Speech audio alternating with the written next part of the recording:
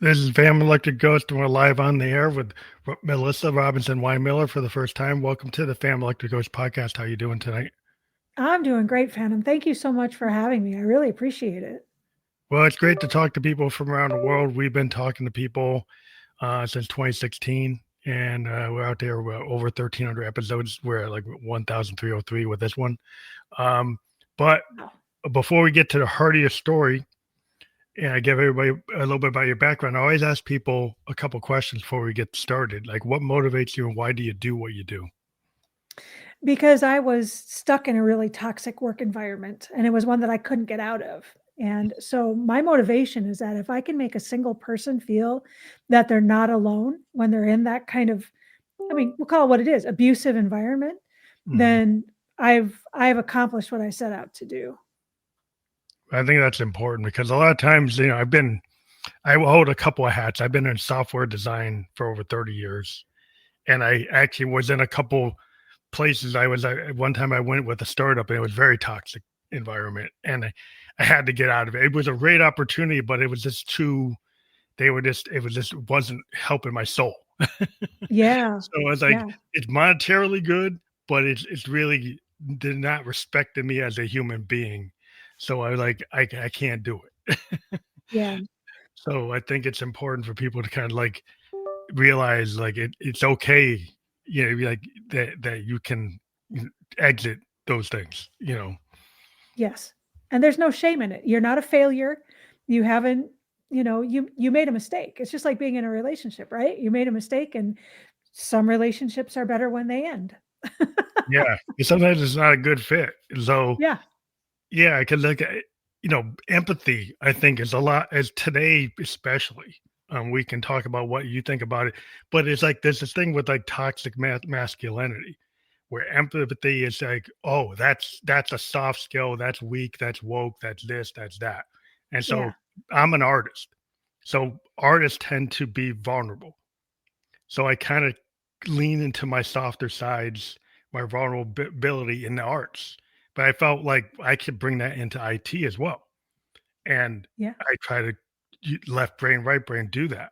But some folks want to have this badge of honor of being like tougher than nails and they got to be this and that. And I'm like, that's all showboating. Yes. Yeah. It is. And the thing is they don't realize they're hurting themselves as much as they're hurting anybody else. Hmm. They don't even see it. So, like, when your career like shifted after experiencing unempathetic leadership, like, well, what maybe you can walk us through the moment, like how that happened and what you started to, like deconstruct it and figure out what you're going to do with that learned experience. Yeah. So I'm like you. I was a musician. I was an artist for decades and I loved it. I got to do really cool things because of it. I got to tour Europe and I got to play with people like Ray Charles and Mm. Mannheim Steamroller and Manhattan Transfer.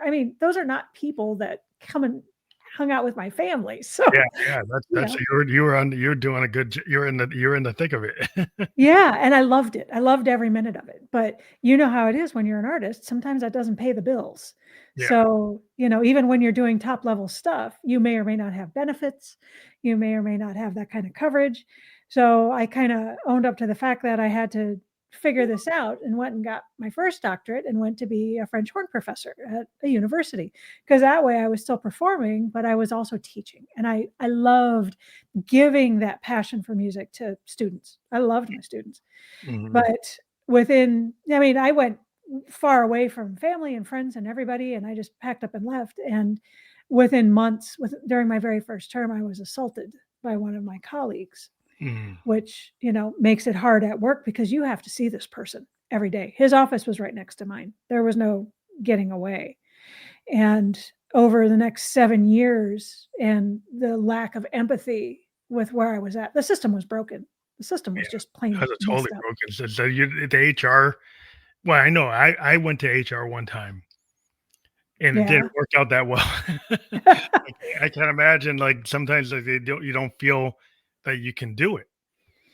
Oh, no, I went to HR. I talked to everybody that I could, I talked to the union, I talked to the ombuds, I talked to HR, I talked all the way up through my department, and they didn't wanna know. They were more happy to, Yeah. keep it quiet, and, HR actually did a huge sensitivity training for my whole department, which means then I had a target on my back because everybody knew who was stirring up trouble, Mhm. and it was ugly, which is why at the end of 7 years, I mean, I had started drinking heavily and my mental health was terrible, and I had to walk away because was just it was Yeah, too I mean, much. it's just like it's interesting when they tell you they give you these processes. Oh, you should report, you should do this, you should do that, and then if they really aren't really empathetic, they really Yes. aren't supportive, if they really are just really kind of just allowing the structure to exist, or the bad behavior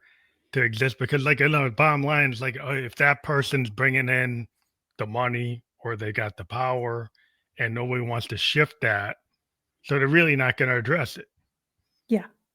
Yeah. Well, and I think you make a perfect point. They didn't want to address it. They were happy with the status quo. They weren't hurting. I was hurting, And like you talk about the toxic situation you were in too. I mean, someone was benefiting from that situation. It just wasn't you, Yeah.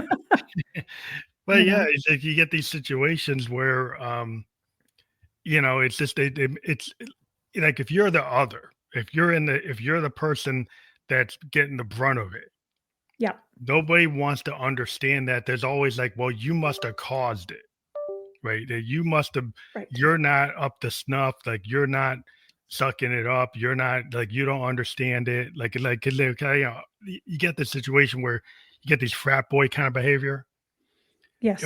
or you get this kind of boys club behavior, or the country club. Like they're all in that group, but you're not. So, Right. like looking in the mirror, you can see I'm probably not in the country club. I Like, think most of us aren't. That's the funny thing. I wasn't in, I was in a frat, but it wasn't their frat. Yeah. Yeah, you know what I mean? Yeah, totally. Well, in software, I mean, because if you're in tech and you're in software, they can be really, you Yeah. know, Well, the tight problem about I their have group. with the technocrats is like, they thought because they're nerds, not to put them down, right? Yeah. But what I find is a lot of times they got tunnel vision, and because they have like technical ability, right? They've got, like, they're really good at algorithm, they're really good at physics, they're really good at this. They sometimes have this judgmental thing going on, and they don't understand people with neurodiversity or people outside their experience. Yes. So then they just and then it's like, because they're tech, it's like, oh, we're evolved. Like, how could you dare say that we would ever treat anybody like that? Where this is not a factory, this isn't a warehouse, but it's like, it doesn't. You don't have to be Archie Bunker to do what you're doing. Yeah, it's true. It's definitely still there. I think that's hilarious because it's really true, I mean, it may be a little more underground, but that doesn't mean it's gone. Yeah. What I found is like there was this whole thing where, because they like this thing with like the DEI, and before that it was affirmative action, and you would Yeah. have people like, I remember when the first day I went to Bowdoin College, this young Republican came up to me, not to be a jerk, but like they came up to me and told me I was taking the place of a qualified student by being there.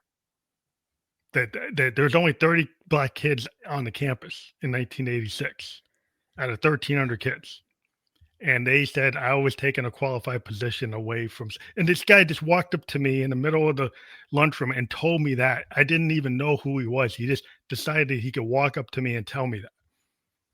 So, Wow. so like, I've seen this kind of behavior going back to '86, and what I've seen is a progression of that being like, maybe like not the common thing to say, to now that being the common point of view.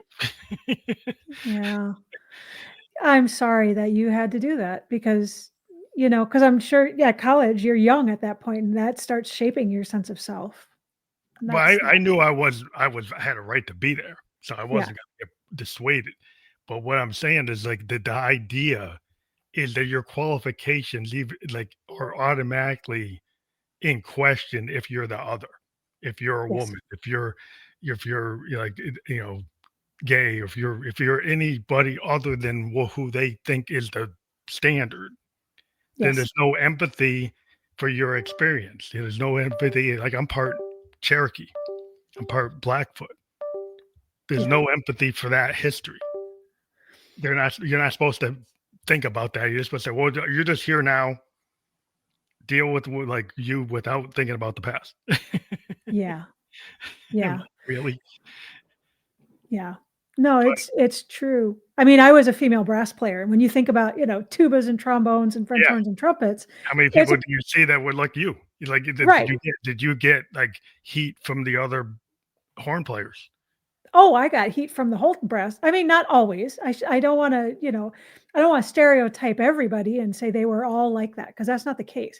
Hmm. But I did have my run-ins. I mean, when I was touring over in Rome, I was the only female in the section, and they nicknamed me Delicatissima because I was the only woman, and it's like, "Yeah, okay, fine." I can keep up just fine, but the point is that's how they viewed me, you know? Yeah, it's just hard to get people to get outside their lane. You know, Yeah. people are Yeah. kind of we're getting so fragmented, Yes. and it seems like tech is not helping that. Like, Yes. like if you get out there in the algorithm space, you get sent what you like. You Yes. don't get sent what you don't like. So then you don't get outside your comfort zone, which, as an artist, the only way you grow is if you go outside your comfort zone. Yeah, you have to. Yeah, totally. I mean, those echo chambers, yeah. I mean, and there's unless you actively seek it, there's no way out of 'em. Yeah. I mean, because it's self fulfilling. Like you just keep on seeing what you like. Yeah, I'm a Yes. synth player, so I keep on getting ads about Moogs and and Roland Junos and like, okay, well, what if I want a Fender Strat? Well, it doesn't think I want that, so it doesn't show me that. Yeah. Yeah, it's true. And so it's like Yeah. you have to be willing to kind of, be on the outer edges of what I call the bell curve, right? Yes. Which we know about like on the outer edges of the bell curve, that's where a lot of stuff is happening. Like people want the somebody to come up with a new idea, but a new idea is probably not coming from the middle. No. It's coming from the outer edges. Yeah. Well, and by the time it gets to the middle, it's no longer a new idea. I mean, you think about, Seth Godin talking about early adopters and that these are gonna be the people that are on the cutting edge. It's not the people in the middle that are adopting it along with everybody else. It's the ones who see it first, Yeah, like if you you're the know? trailblazer, you're the one that goes out there. Like Yeah. Steve Jobs is like, yeah, I'm gonna make an iPhone and say, well, who's gonna buy that? Everybody thought he was silly. That was, oh, that's not gonna work. Why is anybody gonna buy a phone Yeah. from Apple? Well, I guess Yeah. that was they missed the boat on that. Yeah, I'd say. I mean, but it's true. I mean, going all the way back to the Wright brothers, they were told they were laughed at. "The man's never gonna fly." You're not Oh, supposed to well, fly. yeah, yeah. If man was meant to fly, he'd have wings. Well, we Yeah, made our own. yeah. It just seems like the culture today, like kids are getting so programmed to be in their lane, or or to not like even try because like why do the hard work because AI could do it, Yeah, right? So like, do you actually you don't know anything about the Dewey Decimal System? You don't really redo the research on your own. You don't go outside your comfort zone. You hang out with your in crowd or your out crowd, whatever. You stay in your crowd. Um, and just the empathy for the other side seems to be missing. Like people just get like if you're on the net, you can just say, "Well, I hate this other person." yeah, You don't even know who they are. Like at least like when I was on campus, I could go debate this group. I could debate the young Republicans. I could debate the young socialists. I could go debate the environmentalists. I can have a conversation. We can go and have a structured debate. yeah. Yep. That is one thing about the internet is we're anonymous. I mean, you're a name, you're not a person. So it becomes a lot easier to not have empathy for the other person because they don't come across as a person. Yeah, so, like, you know? people are, you get to this bad situation where people start calling people inanimate objects or say, "You're a cockroach. You're Yeah. you're you're vile. You're this." So, yeah, they say if you dehumanize people, if you start calling somebody an insect, or you call them lower than they come out with all these names. It desensitizes people to say that it's okay to then push on this person, to hit this person, to do other things. Yeah. And I think that's where the empathy to me is like you have to be able to put yourself in the other person's shoes, right? You have to be able to Yep. do that. And we're being told, oh, that's woke. Yeah. Well, I mean, that's actually a big part of empathy. It's called perspective taking, and it goes all the way back to when you're a kid and somebody says, "Well, how would you feel if that was you?" And it's something that's been studied and talked about since, empathy really became kind of a study around the 1900s, which is interesting when you consider, we talk about all these other emotions going all the way back to the ancient Greeks, but actually talking about empathy and that human connection, it started around 1900s or so. Mhm. And we've been studying it pretty solid for since that point, and it's actually made a lot of iterations. At first, they kind of had it pegged to mean pity, and it Mhm. doesn't mean that anymore, But this idea of perspective taking and understanding the other person. And the interesting thing is you don't have to understand the situation. It's the feeling or the understanding of the situation. So, like, if someone has someone who died, I may or may not understand what it is to have someone close to me who's died, but I'll understand a sense of loss. I may understand what it is to lose a job. I may understand what it is to lose a pet. I may understand, maybe not a spouse, but a child or somebody else. So taking the time to get into the other person's bubble and understand what it is in their shoes. And the flip side of that as well is if I'm trying to understand you, now I'm leaving an opening for you to understand me because empathy at its best works in both directions. So, Yeah, I it, think it's just people have to be willing to get outside of the safety zone. I think people have this kind of tribal human nature goes back, millennia of to stay safe. And when you tag the thing you're not comfortable with or the other or this different experience, that's dangerous. You tie it to like being a wolf at the door. So people tie like, oh, this other person's experience is so foreign to me that's dangerous. Right. So the point is like, so that you get to the point where you say their right to exist or their freedom infringes on my freedom because it's so offensive that it infringes on my freedom. So I just have to get them out of my perspective. Or I have to not. And we've gotten to this point where people are at this, they're at that's the place they're at. They can't even talk to you. They can't work with you because you're so foreign to them that they can't even have a positive debate about like, is there anything that they're saying that's valuable? No, it's not valuable because they're X. well, but I think we have to be careful and, because I hear what you're saying and you're not wrong. But if we automatically say everybody else feels this, then it's just as easy as them saying, well, you feel this without them understanding us. If we want other people to actually be empathetic and be open and be vulnerable, it's up to us to set the precedent. It's up to us to say, I want to understand you. I may not get your point of view. I may be absolutely diametrically opposed, but I want to try and understand. Can you explain it to me? Why do you say this? How did you get there? Because now you're opening discourse. And if we wait for someone else to do it, it's never going to happen. Well, I think it's important to have that discourse, but I also there's a certain behavior that I've seen where people say they want the discourse, and then you have the discourse, and then they still invalidate everything that you say, right? And they say that everything that you said is either silly, stupid, it's not right, it doesn't mean anything. So then they gain their audience, they monetize their point of view, and nobody even really validates anything the other side said.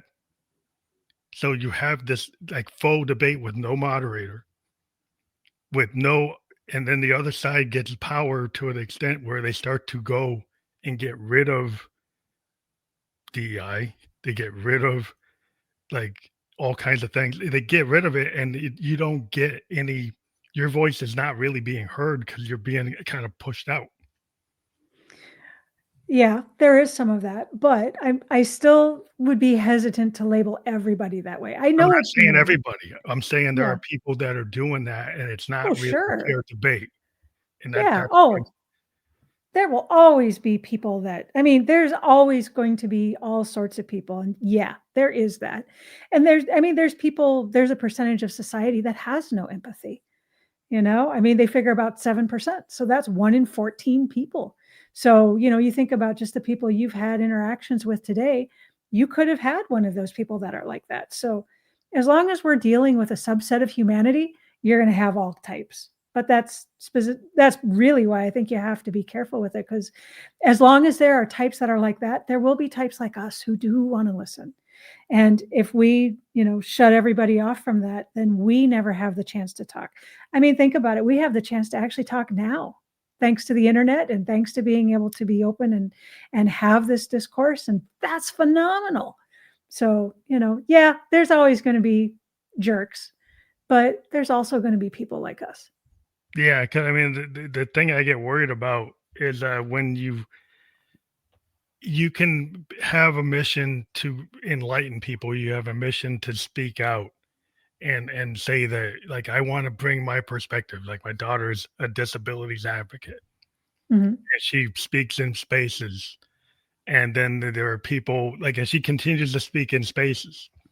But there are people that come into the spaces and they try to dox people and they try to attack in that space. And she doesn't stop, but they do really vile things. Now, it Yeah. doesn't stop her from doing it, but to the point where, you know, it seems like the algorithm sometimes shadow ban. It seems like sometimes you don't seem to. It seems to be things going on that are pushing the point of view of trying to bring people together. Sometimes it seems the monetization is happening on the people who are breaking people apart. Oh, well, I mean, there's been studies on that. That's for sure. If it's a negative thing and you get negative reaction on the internet, you're going to get more play. That's the way the algorithm is built. So there's no way around that. And I mean, we live in a culture where if it bleeds, it leads. So this is what we've set up. And unfortunately, yeah, there are people. I mean, I've had people come after me, and I'm sorry if you're going to go after the empathy lady. I mean, do you kick puppies too? I Yeah, mean, what is the problem with this? because Yes, it they seems are there, it but seems like it's a danger. They feel it's a danger of you trying to bring people together. Like if you yeah. try to have empathy, that is dangerous to their mindset, right?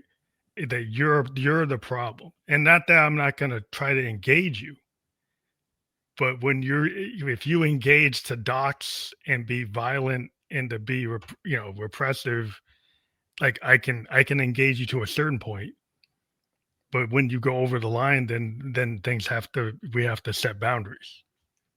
See, I think maybe that's where we're different because I don't engage them. I'm like, fine, if I'm not giving my energy to that. My energy goes towards positive. I want to collect people around me who understand that it's important, who know that this is the way of the future, and understand that if we don't get this figured out, we're spiraling into a place where we're losing empathy. So if those people want to live that life, that's cool. I hope they have their very best life. I'm going to concentrate on the people who we can actually build each other up because I know they're there because I see them every day. Mhm. And if someone wants to be crummy about it, have at it. Yeah, Lock and release. That's yeah. the end of Well, that. that's the boundary I'm kind of saying. Like, at some point, you gauge them and you give them a shot, and then they like, okay, they've gone over the line. Then they're Yeah. not trying to be positive. Yeah. Um, But so that's why it's up to us to collect those people around us.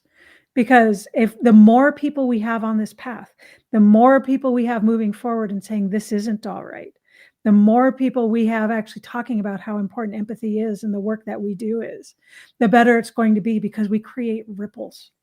And pretty soon, those people with the bad attitudes either start to look up and go, oh, well, maybe they were right, or they self-select out. And either way is fine. I Makes think no it's difference also to me. important to let people know that the soft skills and the empathetic skills, even though we just mentioned that being, you know, talking about the other things can be very profitable, right? Yeah, So the algorithm, you can make a lot of money. You can get to be sure. famous. And so Yeah. then that's in a capitalist system is like, well, if it makes money, then it must be right. That becomes the argument. But then the idea is Whose like, argument? well, Who's making that argument? well, if somebody believes that all profit is good, if you have a mindset that all profit is good, even if it's morally reprehensible, right? That because you made profit, there are some folks that like a Calvinist point of view. The more money you make, the closer you are to God. It doesn't really matter if what you're saying is right. If you have that money, that means you're a better person. So it doesn't matter what the other side thinks, what you're saying, if it's morally reprehensible, because you have the money, then you actually are doing the right thing. Then let them do it. Yeah. Let I them mean, go. that's a point of view. That is a point of view that Yeah. some folks have. Oh, And yeah. they've kind of set themselves in that zone. And they said, well, and if you don't make money from your perspective, they say, see, that's failing. That is But I failing don't in the care. marketplace. What does that not everything's about money. I'm an artist. So you know that. Yeah. Yeah. It makes no difference to me. What they think says more about them than what it says about me, because that's what's going on in their head and their world. I'm concerned about what's going on in my head and my world, and I want to change the world for the better. So I don't have time for that nonsense. Yeah, I mean that it's important not to have time for it, but when they actually are making, I guess my concern is if you have this kind of Calvinistic greed focused mindset that has profit over everything, no matter where it comes from, to the point where, well, it's profitable to pollute the river. It's profitable to throw carcinogens in the river. Like, okay, you can make a lot of money doing that, and you don't have to care that that's going to cause cancer. I'm a cancer survivor, so I'm kind of concerned about things like that. And so when Mhm. I see people that they say, well, that doesn't matter, it's about how much money the corporation can make because that's going to help society. I said, well, what about the cancers it causes? What about those things? And so I tend to say, well, I understand that's their point of view, but I have a point of view where that's very destructive. So I'm going to try to do something about that. Yeah. Someone's always going to have a point of view. I mean, that's the human race. So, yes, if this is something you believe strongly in, then it's something that you should follow. Absolutely. So I understand, like in terms of like the theory of empathy, and when you talk to people, where you try to get leadership to even entertain the idea of empathy, is there like resistance, or over time you're seeing less resistance? It really depends on the person, because I've heard that myth about empathy is soft, or empathy makes it so you're not a strong leader. And my job is to get rid of those myths, because we have this idea that empathy is about feeling, and it's not completely. There's 43 kinds of empathy. Feeling is one of them. So the first thing that I do is I go in and I talk to leadership and I try to help them understand that, this is about understanding and connection. And business is understanding and connecting to people. It doesn't matter what your business is. So we can actually trace it back and say, this helps with profit, productivity, and innovation. And the data is there to prove it. Now, if someone is just going to be against it, and some are, usually they tend to be older, um, there's really nothing I can do to force them to believe anything. But usually the people that I talk to already understand that this is important and that a change needs to be made. And it's just a matter of making that change in a way that really does increase profit, productivity, and innovation. And we can do that. So in terms of like the marketplace, like this is a global economy. Mhm. And a lot of companies have global marketplaces, but then when you look in the boardroom, they don't have a global look to the boardroom. Um, so you're wondering, like, are they going to get it based on the makeup of the people making the decisions? Or are you able to make a persuasive argument based on just like it is profitable to have diversity because the marketplace is diverse. Mhm. It is profitable to have empathy because you're going to be able to get into new areas where like where you can actually make a mark with your with your company Yeah, instead of just being like comfortable with what you've always done, or this is the way we always do it, or this is our codex, this is what we do.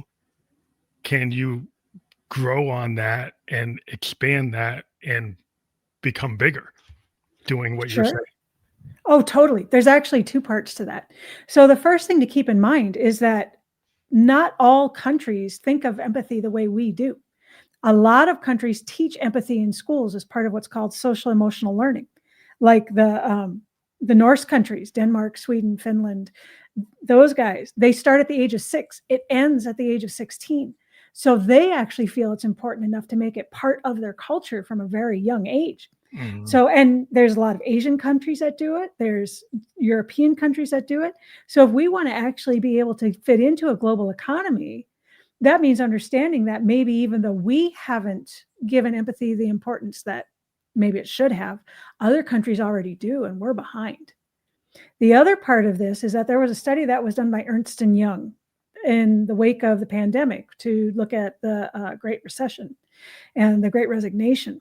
And specifically, they asked questions to employees and employers about empathy in the workplace. And what they found is that leaders that could put this into their workplace effectively raised productivity by 87%, innovation by 86%, and profit by 84%. And this isn't Melissa's opinion. This is Ernst and Young. This is a big four global consultancy. So mm. there's every reason in the world to bring this in a global market and to even do more than we're doing now. The Yeah, data's there. yeah. Because I actually was an expat in Tokyo for 2 years, and Oh, and I learned like what the thing that was interesting. My company came with this kind of top down thing, and when they came into Tokyo, they said they were going to basically turn a Japanese insurance company into an American insurance company. But being on the ground as an expat, I started to argue with the people in the US is like, we're in Japan, right? The yeah, Japanese market is different than the American market.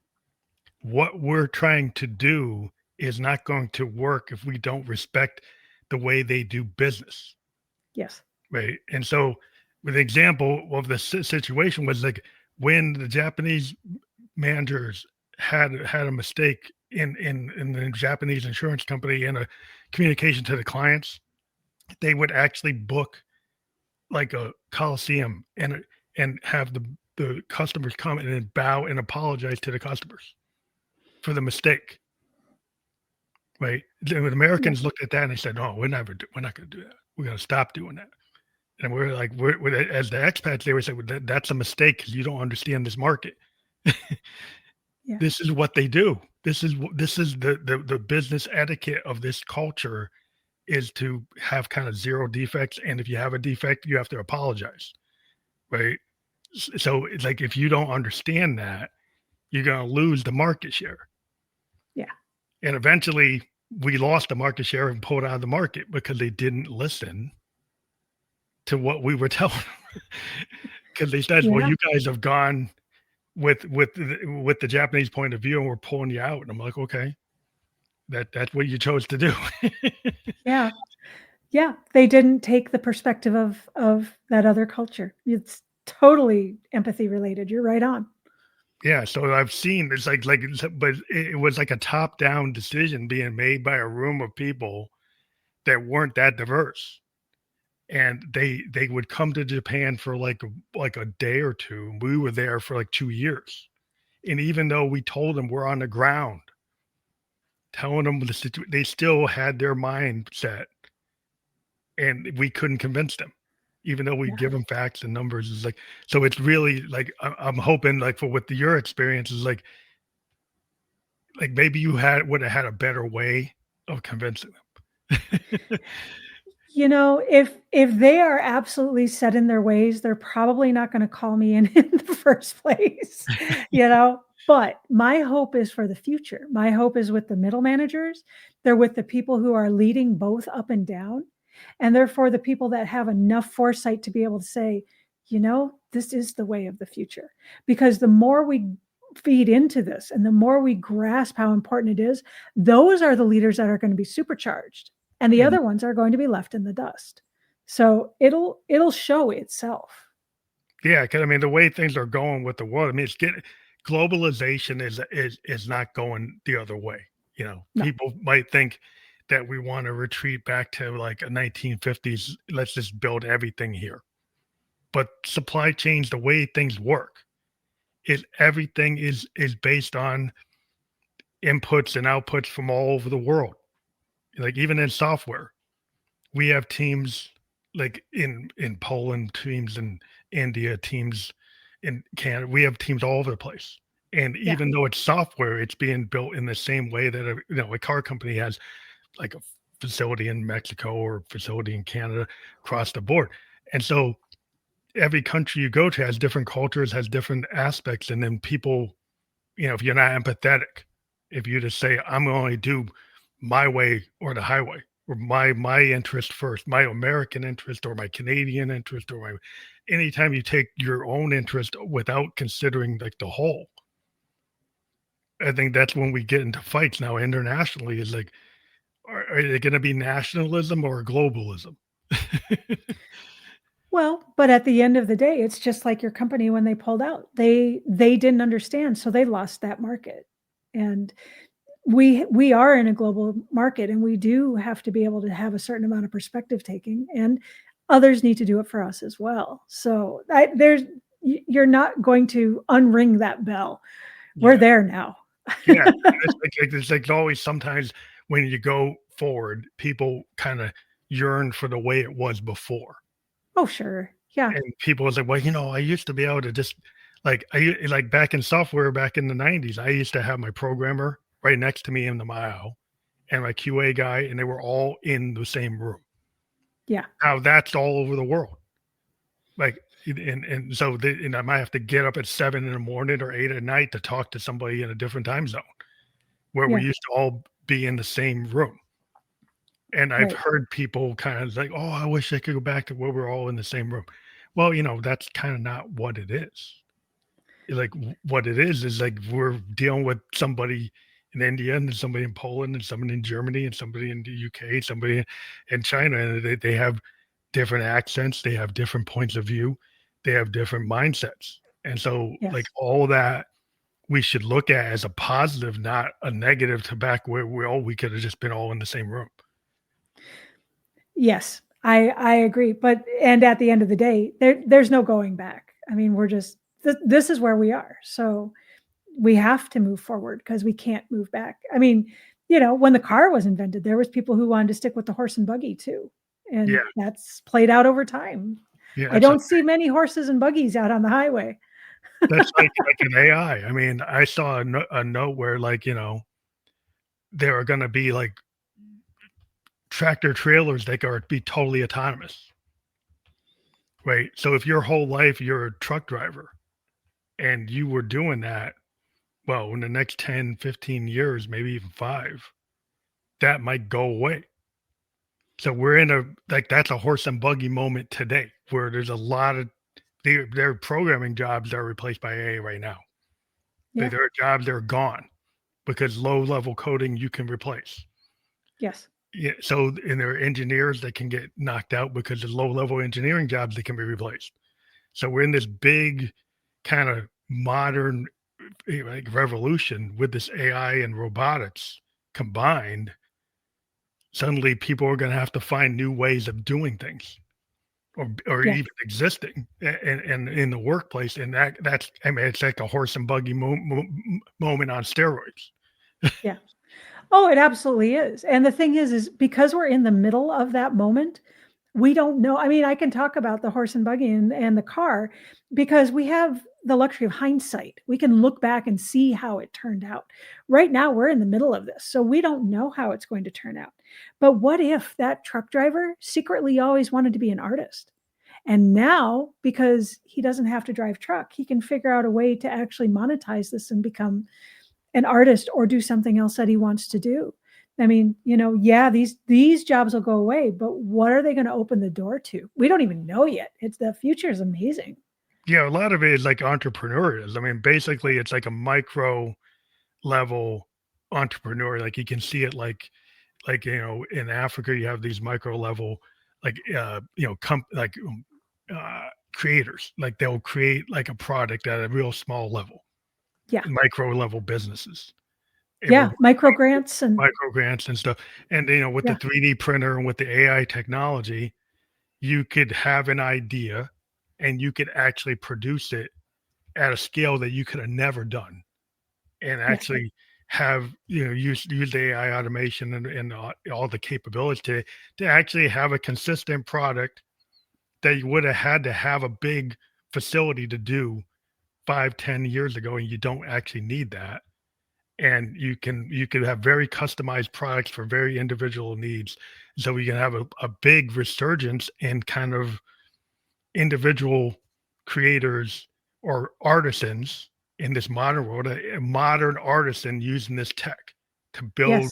very individualistic things that could have never been mass produced. Yeah. Where And I how see cool. where I see How things going, that's the glass half full looking at it. yeah. Well, and how cool is that? Because these are people that maybe in the past would have had to be in menial jobs and minimum wage jobs and maybe even no jobs at all. And now this has opened up. And it's opened up beyond that because like I mean, like you were talking about, we're in contact with the Philippines, we're in contact with South Africa, we're in contact with, you know, Tokyo and Brazil and everywhere. I mean, it really is the sky's the limit because we can work all over the world. And if people have those amazing ideas and can use AI to bring those to fruition, wow. I mean, how cool is that? Yeah, it's a lot of cool stuff. Cause I mean, I was talking one time to this engineer, and they came up with this idea. Then they actually took a trip to China and then found a way to take that idea and actually create a small company building that themselves. They had been in a bigger company and they decided, I'm going to take the risk and I'm going to take this idea and I'm going to find like the ability to turn it into a supply chain and find the people who could actually build my idea Yeah. and do it. And it is that initiative can be done today. Like you can go and do it. And it's Yes. just a matter of you kind of having the fortitude to do it, the stomach to do it, because it's hard. I mean, not every idea you do is going to win the first time. Like a Yes. lot of times you have to do things and you fail upwards. It's kind of an IT thing. You're Yeah. going upwards. Totally. Yeah. Fail fast, fail forward. Yeah. But that's like, it's nothing wrong with making mistakes. I've always been a big proponent of happy accidents. Yeah. Like when I in the creative process and in the design process, like you like going and having this kind of mad inventor, mindset. It's like let's try it, let's see Yeah. what happens, and you want to be safe, but I mean you try to do like out of the box thinking, Yeah. rather than being constrained to the box. Is like why not, you know? Yeah. That's where some of the coolest inventions and coolest ideas have come from. I mean, like, you think about the guy that invented the microwave, right? I mean, we all use it like every day. But they were working on something, this would have been in like the 50s, and it had to do with the space program. And he walked in and he had a chocolate bar in his pocket and he realized that whatever it was, it melted that. It's not like he was around it enough to like cook him or anything like Yeah, that. yeah, he But figured he it out figured, by accident. yeah, Yeah, he these figured out happy that, accidents. Like yeah, aspartame was an accident, it was sweet. And it's like, oh, we can use that. It was supposed to be something else. I forgot what it was, but I know it was an accident. It wasn't something they yeah, were planning on making that sweet. It just happened to be sweet. So right. that happens all the time. Like in Yeah. design, we come up with a design that was supposed to be for X, but it's actually better for this, and it's actually better than the project, and we actually move everybody to the new thing. Just because Yeah. we found something out of the blue, it's like, oh, this is actually better. And the thing is, like, if you have if you're kind of scared and you it's like, I gotta stick to the plan because that's the plan. And you it's like, if that new idea comes, like the muse, like an artist is like, we are Yeah. willing to take the download, Yes. right? And then we go with the download. But if you don't have that fortitude that you don't go with the download, you say, well, I don't know. I don't know. So then you hide from it, you get scared of it. And it's like because you care about too much about what everybody outside thinks. You know, you got to not care about as much about that as is it something that's actually going to satisfy your soul?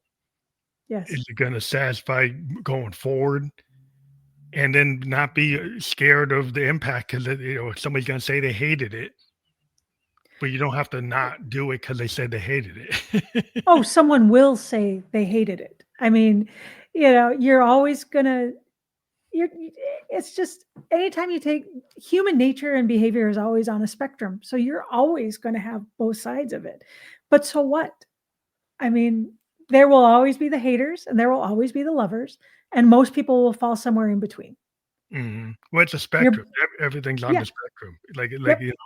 Because I always deal with a lot of neurodivergent artists where people are starting to realize that in the arts, a lot of times the neurodivergence is part of being the artist, right? Always has been. Yeah. It always has been. And like a lot of the Yeah. famous arts were neurodivergent when you go look it up. And so Yeah. this idea that you can't do it um, if you're not like of a certain type, and there's no Yeah. type. Yeah. It's like you just do it, whoever you are, whatever you are. Don't feel like you can't do it because of some in the box constraint. Because I think society tells you to be in the box, and then they tell you to be out of the box, but they don't really support you being out of the box. Yeah. No, that you're not going to get support if you're out of the box, but you will have your freedom. And you are authentically getting to be who you are and do what you do, and that has a lot of satisfaction. That's one other thing with social media is we do tend to care a lot. I mean, we've always cared a lot about what other people think. That's part of that tribal aspect. And, if you go against the tribe, you're going to get thrown out in the wilderness alone.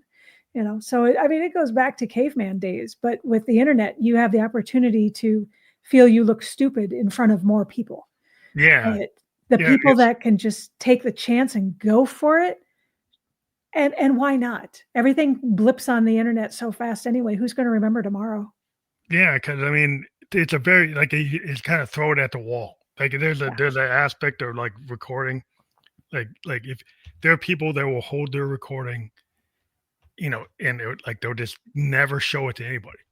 They'll have Yeah. like tons of demos and never show anybody anything. And then with the net now, you can just throw it onto SoundCloud. You just throw it out there. You just put it out onto Mixcloud or throw it into some area of the net.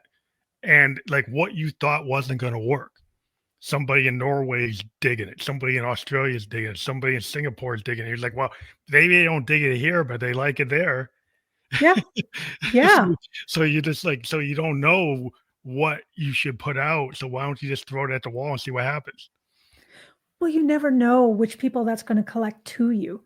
We're back again to collecting your people, collecting your tribe, because you just never know where that tribe's going to be, where they're all going to come from. So why not take a chance? Because there's probably all sorts of people out there that are going to understand where you're coming from. It's just a matter of finding them. And the internet lets us do that. It isn't like you're in the 50s and you're stuck in a small town and you don't even have a telephone and you're not Yeah, getting out. You that's the know, great thing. you can hop on the internet and find your tribe anywhere in the world. It's like the law of attraction. If you throw it out there, like just because Springfield, Mass doesn't like it, doesn't mean that somebody in Tokyo is not gonna like. It's Yeah. like like your hometown isn't the best example of like if you're gonna kick it, right? Like, and maybe it used to be, like you had to Yeah. start there, but now you don't have to start there. And I Right. think that's really freeing to a lot of people because a lot of times in the place where you grew up, people might not really know. They know you from what they knew about you in that relationship. But outside of that zone, people don't know you. Yeah. So that overhead, that stuff that's kind of anchoring you down because of high school or junior high or what you knew doesn't have to continue to hold you back outside of that zone. So you should kind of be free to push it out, be kind of flower and Yeah. not care about what your immediate, people around you think. Right. And really, at the end of the day, what have you got to lose? Even if, let's take worst case scenario and someone gets crummy with you, because it'll happen, even if that one person gives you the opportunity to collect 10 of your tribe around you, and in the process, you actually get to flower and learn more about yourself and who you are and what you're putting together and how you fit into this world, then it was worth it. You know, worst case scenario, best case scenario, you find your tribe right away and you're actually with people who get you and you get them. And it doesn't matter where they're at. Well, sometimes like when you evolve, it's like, like where you were when you're 17 is not where you are when you're 25, when you're 35, 45. And That's sometimes the the truth. people that were around you when you're 17, they're not meant to be around you when you're 25 or 35 or 45. Yes. If you're trying to still stay there, you you're not really growing because like Right. if you're pushing back to be, then some people want to go back to high school because maybe that's the best time they ever had. Because some people Well, that's where their high point was, and that's kind of where it is. But like you don't have to be there. Like you go in that direction is not really gonna get you where you need to be. no. But it does take all kinds. And if that's where somebody wants to be, then that's where they're at. But you shouldn't let that hold you back if you've got a growth mindset and a passion for learning and there's other things you want to do, because there will be people that are perfectly happy. I know there's still people in my hometown in Keokuk, Iowa, that are still there, and that's fine because that's what they want. It's just not what I wanted. Yeah. Well, I mean, some people that's that's their path. Like Yes. I'm a Buddhist. Like that's your path to be on that in that zone. That's your path. Yeah. You just kind of have to know your path. That don't get influenced by that comparison trap. Yes. Like if you're like, I got to keep up with the Joneses. Well, the Joneses are here, but Yeah. where are you? Like you're really way out in space. You're like you're thinking about Mars and Jupiter, and they're thinking about like over here. And so it's like, well, that's where I'm kind of out there, and I need to be like Jack Kerouac and go on the road. Yeah. I got to get out there. Then it's not for my friends. Maybe it's not for my family, but like that's where I got to go. Yeah. And when you think about like shifts in the way people like live today, because like in a pandemic, it was like everybody was remote, and people, had the Great Resignation, and then there are some people that probably they like being in the office, Yeah. right? And then there's some people that there was a lot of freedom in not being in the office or not being a road warrior. Yeah. So it's like, where do you think that things are going in the next 5 to 10 years with all the tech and everything going on? Which direction do you think people are going back to the workplace, or people going remote, or people going like I'm going to have my own job and my own thing? Yeah. I think it really depends on, by and large, who your leadership is. Because if it's a leader that really wants what's best for the employees, right? We're back to perspective taking again. And what's best for the employees and best for the company, because it's a business. You have to make money. Without money, you're not going to have a business. You have to be able to pay your employees with something. And what's best for the business and going to create the best profit is to be able to let people work from home, which there's studies that show people are by and large more productive when they're at home. I think that those are the kind of people that are going to be forward thinking, that are going to use their empathy to say, yeah, this is what's best for all involved, including the organization. And they're going to find a way to work with the technology instead of against it. I think the people that are being heavy-handed and insist on having people coming into the office when people have already relocated their lives, they've already gone on promises they weren't going to come back in, they've already made plans, are going to find people leaving these jobs. Right now, because of the environment and the job market, people are doing what's called job hugging. They don't want to give this up. But the thing is if we think backwards to like the 70s when there was runaway inflation and these same kind of problems, we were doing that then. It's kind of the same thing over again.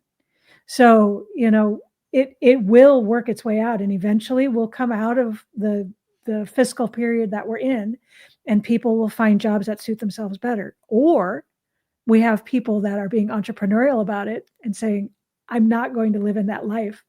I'm going to figure out how to do this better with me and do the things that I've always wanted to do. Yeah, I think it's really interesting when you get people, like companies that say they got to be brick and mortar. Like I understand the restaurant's brick and mortar.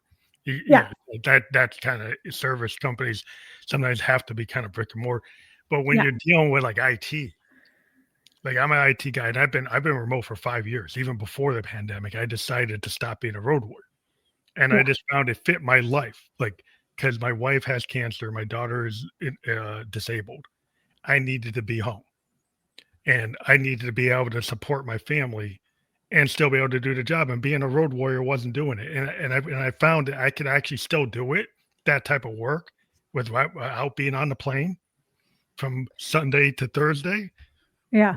What what I found is some guys actually just used it as an excuse because they didn't want to be home. Yeah, right. Yeah.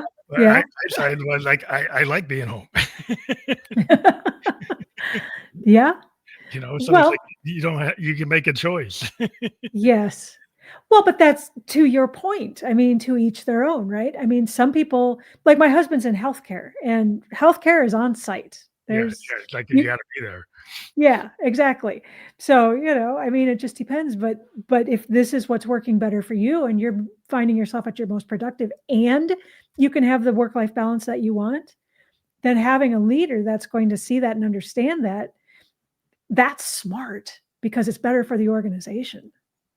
Yeah, I mean, I live in New Hampshire, and there's a whole group of us that were actually taking a bus to South Station, Boston, every day and Wow. working downtown, so we could live in New Hampshire and then work in Boston and take care of the differential because you get paid more in Boston than you do in New Hampshire.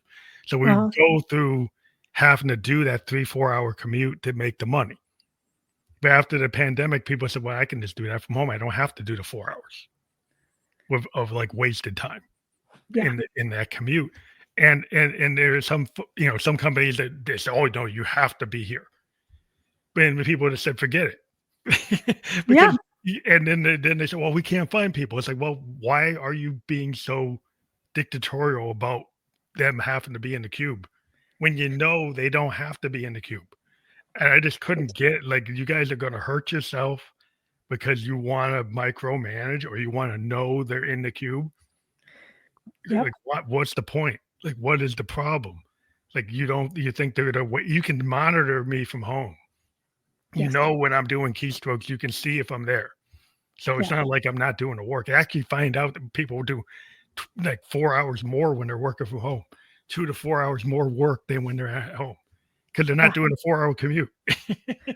Yeah. But it's exactly where we started, right? I mean, the people that understand the other people and how to bring the best out of other people, they're going to be the ones to thrive.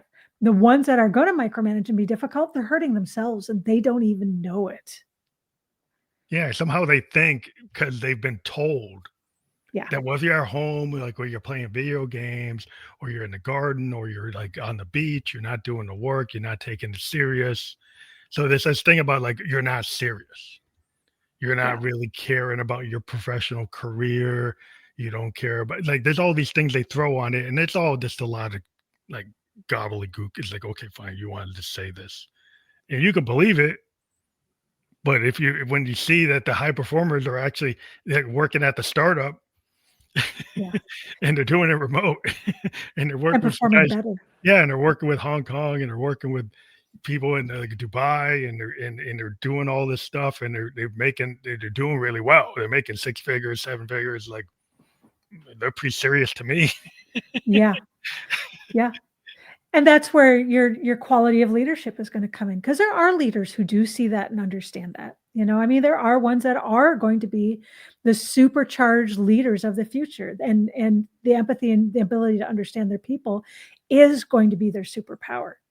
And there are those who are going to be stuck in the old ways, and they're going to wish for their horse and buggy, and that's just, you know, they're going to wonder why these other people are running circles around them, and either they will wake up and they'll learn, or they won't.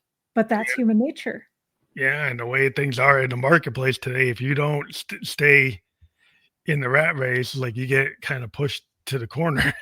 Yep. Evolve or go extinct. You know, you get lots of companies that didn't understand, and the model's gone. You know, it's like that business doesn't work anymore. Yeah. You know, so it's like if you don't change where the marketplace is going, like if you don't adapt to the buying habits of your consumer or what's going on globally, like what the trends are, and you buck the trend because like I'm a traditionalist, so I'm going to buck the trend. I'm going to stay where I've always been. Well, you have a right to do that. We'll see if you're still here 5 years from now. Yeah. Well, that's just it. They will self-select out or be selected out by the market. And what happens is going to happen. Yeah. Well, wish everybody well what they want to do. Everybody has the right to do what they want, but we're just Yep. pointing out that like if the softer skills, being empathetic about what your workers' needs are, and not micromanaging, you know, kind of what we kind of talked about is like having, you know, understanding. Like, what if you have somebody they got kids, or they got a disabled child, or if they're watching their grandma, they're watching their grandpa. You know, they've got to be there. And then if you don't have empathy for that, okay, you can have that. But I think the bosses that understand that are going to get really good workers, Yeah. right? That those workers who have that grandmother or the grandma, they're not bad workers, you Yeah. know. And I think that's maybe the mindset we've got to get people to understand is like just because you're taking care of somebody doesn't mean that you're not taking care of business. Yeah. And there are people who understand it. We just need more. We need to just keep getting the word out there. So I appreciate you having me on to talk about it, because the only way to get the word out there is to talk about it. Well, I want to thank you for being here. We do have your Amazon link, and that's for your book, right? What's the name of your book Yeah. again? The Empathic Leader: How EQ via Empathy Transforms Leadership for Better Profit, Productivity, and Innovation. And we've got your Instagram, empathyqueen.eq. And so Yep. both of those links are fully clickable. And we've been live on LinkedIn, YouTube, and Kick. We will be on channels like Spotify Video Podcast, iHeartRadio, Apple Podcast, and Amazon Podcast. By tomorrow, we'll create a landing page so everybody can just pick whatever plan, whatever service they like on the replay. And I want to thank you again for being on the show today. It's my pleasure. Thank you so much for having me. And thanks to your audience for having me too. Thank you.